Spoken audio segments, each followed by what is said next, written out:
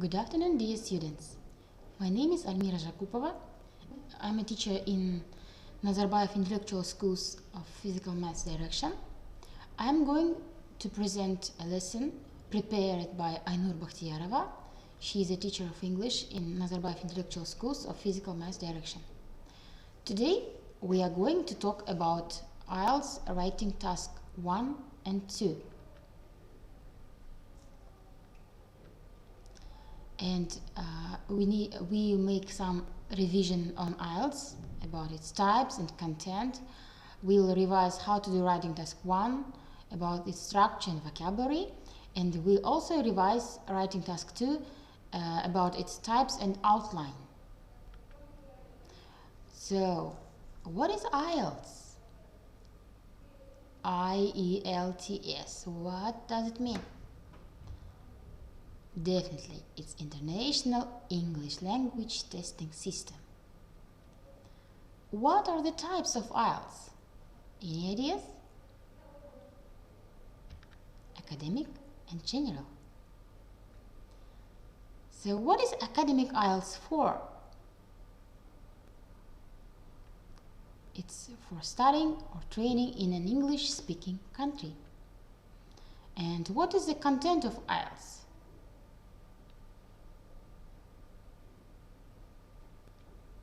So the content is listening, reading, writing, and speaking. Well, let's revise. So here on this slide you can see pie charts, graphs, essay, and a chart. Let's look at this picture. What ideas do you have? The girl writing something and number 1. What does it mean? So, information is presented in graphs because, think a little bit please.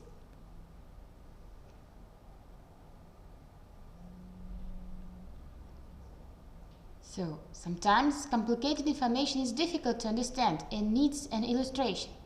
Graphs and charts can help impress people by getting your point across quickly and visually. So writing task 1 can be presented as a graph, as a pie chart, and a bar chart.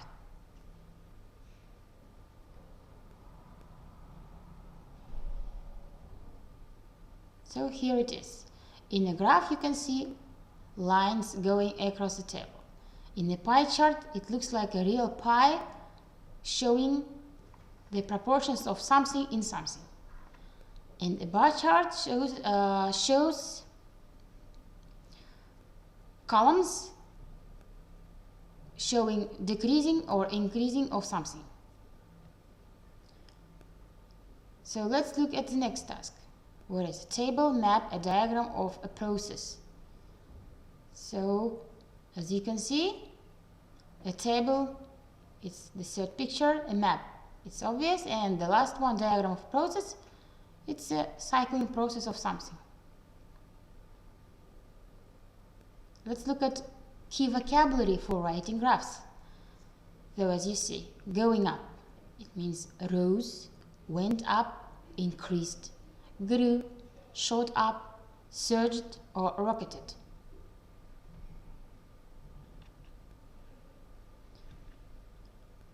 So vocabulary showing decreasing of in amount of something.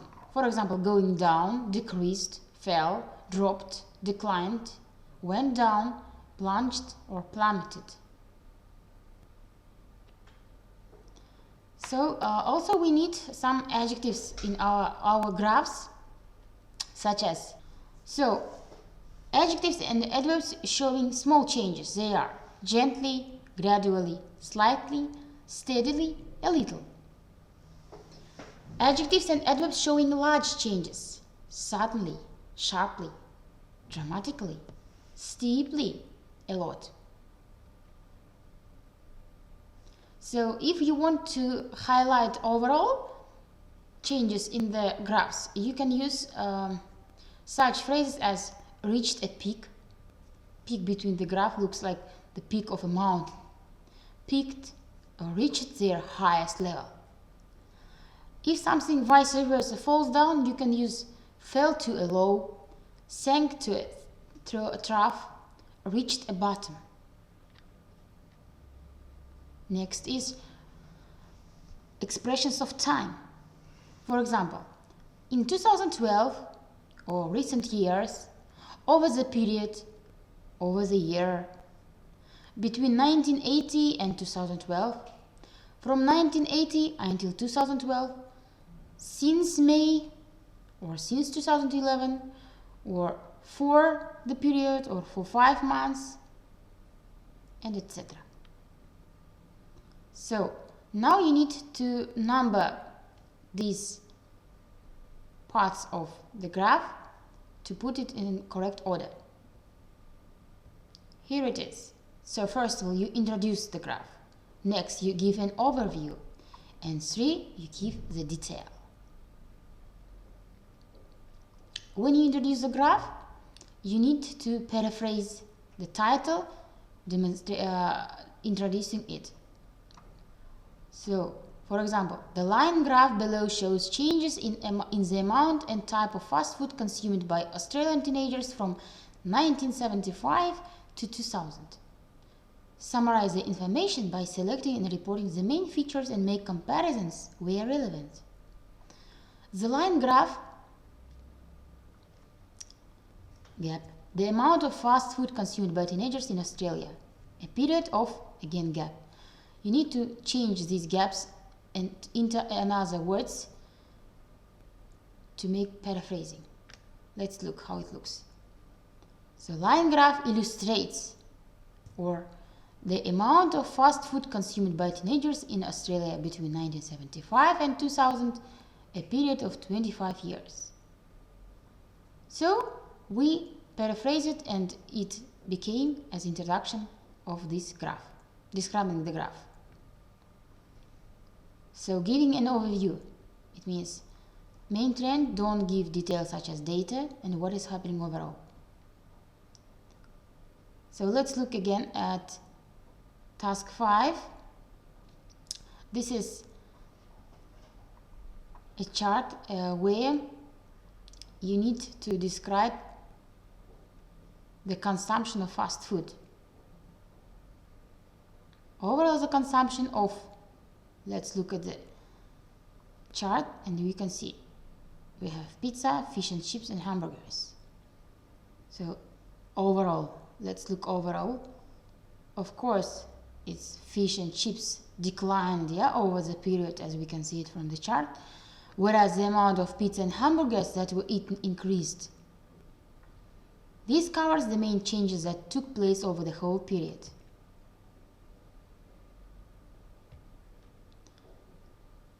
So when you give the detail, give more specific detail, make reference to the data, group data together, identify any similarities and differences. So here is the task and you need to put it in the correct logical order to make the right version of writing task 1. You have some time to think.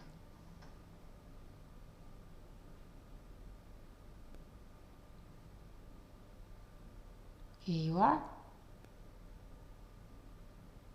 In 1975, the most popular fast food with Australian teenagers was fish and chips, being eaten 100 times a year. This was far higher than pizza and hamburgers, which were consumed approximately 5 times a year. However, apart from a brief rise again from 1980 to 1985, the consumption of fish and chips gradually declined over the 25-year time scale to finish at just under 40 times per year. In sharp contrast to this, teenagers ate the other 2 fast foods at much higher levels. Pizza consumption increased gradually until it overtook the consumption of fish and chips in 1990. It then leveled off from 1995 to 2004. The biggest rise was seen in hamburgers, increasing sharply throughout the 1970s and 1980s, exceeding fish and chips consumption in 1985. It finished at the same level that fish and chips began, with consumption at 100 times a year. So guys, let's look at this picture. What are we going to talk about? Of course, we are going to talk about writing task 2. So in both the academic and general training versions of the exam, the second part of the written paper is a discussion essay. So you are given 3 circles. It means an opinion, a point of view, or a problem. The topic could relate anything that a normal adult could be expected to discuss. What are they? The environment, education, crime, poverty, healthcare. How many words you have to write in IELTS writing task 2? Of course, 250 words. How much time should you spend in writing task 2? You should spend no longer than 40 minutes on the task. What types of IELTS writing task 2 questions do you know?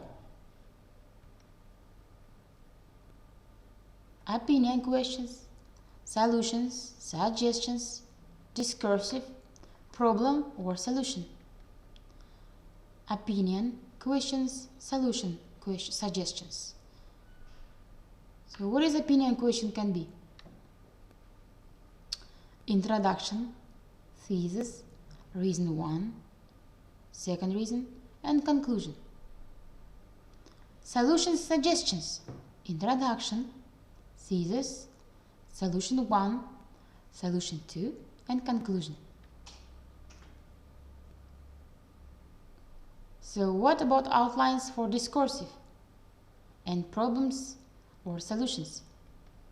So if it is discursive, it includes introduction, thesis, advantages, disadvantages, and conclusion.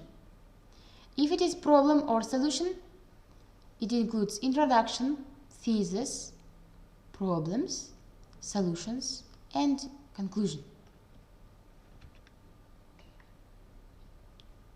So, why do we have a picture of hamburger?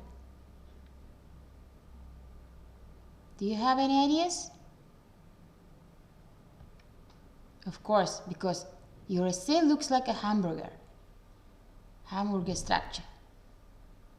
Each layer goes after each one by one. So the top part, it's introduction. Next is topic sentence. Then supporting sentence 1, supporting sentence 2, supporting sentence 3, and after that, finally, you need conclusion. Which phrases you can use to show two sides of argument? To add something, or to deny what was said before, or giving examples, or giving results, or for conclusion. So here are the list of useful phrases. For example, if you talk about two sides of argument, you can say, some people prefer, we must acknowledge, nevertheless, many people hold the opinion, others, however, disagree. Next, phrases to add, also, furthermore, in addition, moreover. Phrases to deny what was said before, although, however, even if, on the other hand. Phrases, for example, for instance, in particular, to illustrate. Phrases for result, as a result, therefore, eventually. Phrases for conclusion, finally, to conclude with, in conclusion. So, now think, what have you revised from this lesson?